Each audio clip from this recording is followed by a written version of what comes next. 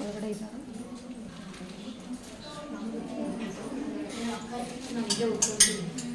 Zoom ಮಾಡ್ಕೊಳ್ಳಿ, ಅದೊಂದೇ ಬರಂಗಿ ಮಾಡ್ಕೊಳ್ಳಿ.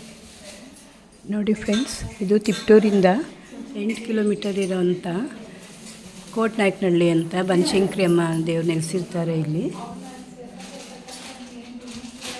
ನೋಡಿ ಎಷ್ಟು ಚೆನ್ನಾಗಿ ಅಲಂಕಾರ ಮಾಡಿದಾರಲ್ವ.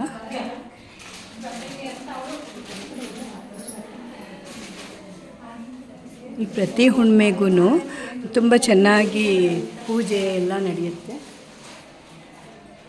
ಪ್ರತಿ ಹುಣ್ಣಿಮೆ ಇದರ ಬೆಂಗಳೂರಿಂದ ಸುತ್ತಮುತ್ತ ಎಲ್ಲ ಊರಿಂದನೂ ಬರ್ತಾರೆ. ಅನ್ನದಾನ ಇರುತ್ತೆ ಅವತ್ತು.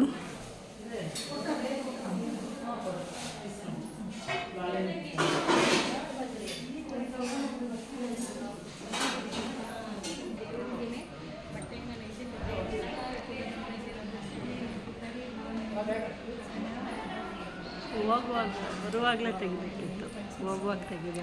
ಇನ್ನೂ ಊಟಲ್ಲಿ ನಡೀತಾ ಇದೆ, ಎಲ್ಲ ಇದ್ದಾರಲ್ಲ. ನಾನು ಹಂಗಂತ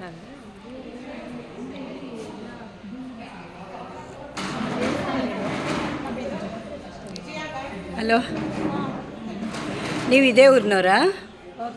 ನೀವೆಲ್ಲ ಹಾಂ ಇದೇ ಊರಿನವರಾ? ಸರ್, ಇಲ್ಲಿ ಬನಶಂಕರಿದು ವಿಶೇಷತೆ ಏನು ಒಂದು ಸ್ವಲ್ಪ ಹೇಳ್ತೀರಾ? ಬನಶಂಕರಿ ಅಂತಂದರೆ ಬಾದಾಮಿಯಿಂದ ಬಂದು ಕೋಟನಾಯಕನಹಳ್ಳಿ ಇಲ್ಲಿ ಏನಪ್ಪ ಅಂತಂದರೆ ಕೋಟನಾಯಕನಹಳ್ಳಿಲಿ ಇಲ್ಲಿ ಇರೋವಂಥ ಎಲ್ಲ ಬಾಂಧವರು ದೇವಾಂಗ ಕುಲ ಬಾಂಧವರೇ ಆಗಿರ್ತಾರೆ.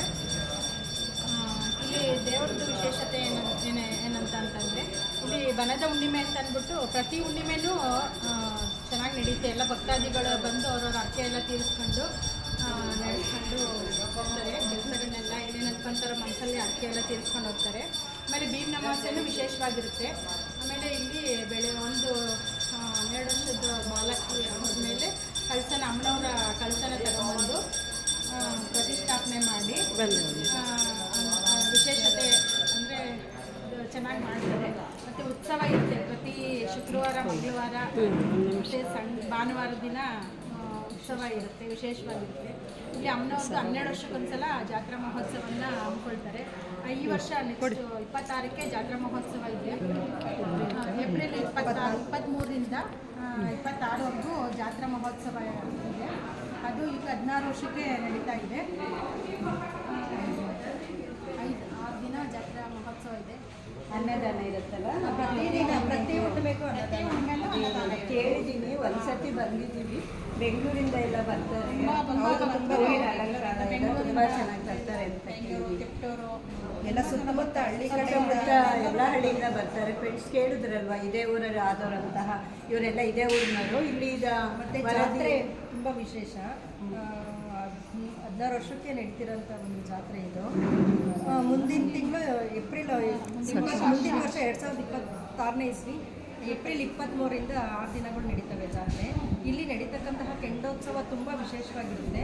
ಮತ್ತು 5 ಡೇಸೂ ಅನ್ನದಾನ ಪ್ರತಿದಿನವೂ ಎಲ್ಲರಿಗೂ ಇರುತ್ತೆ. ಊರಿಗೆ ಬಂದು ಭಕ್ತರಿಗೆ ಎಲ್ಲರಿಗೂ ಕೂಡ ಇರುತ್ತೆ. ಎಲ್ಲರೂ ಈ ಒಂದು ಜಾತ್ರೆಗೆ ಬಂದು ಭಾಗವಹಿಸಿ ತಾಯಿ ಕೃಪೆಗೆ ಪಾತ್ರ ಆಗಬೇಕು ಅಂತ ಕೇಳ್ತೀನಿ. ನೋಡಿ ಫ್ರೆಂಡ್ಸ್, ಕೇಳಿದ್ರಲ್ವ, ನಾವು ತಿಪ್ಟೂರಿಂದ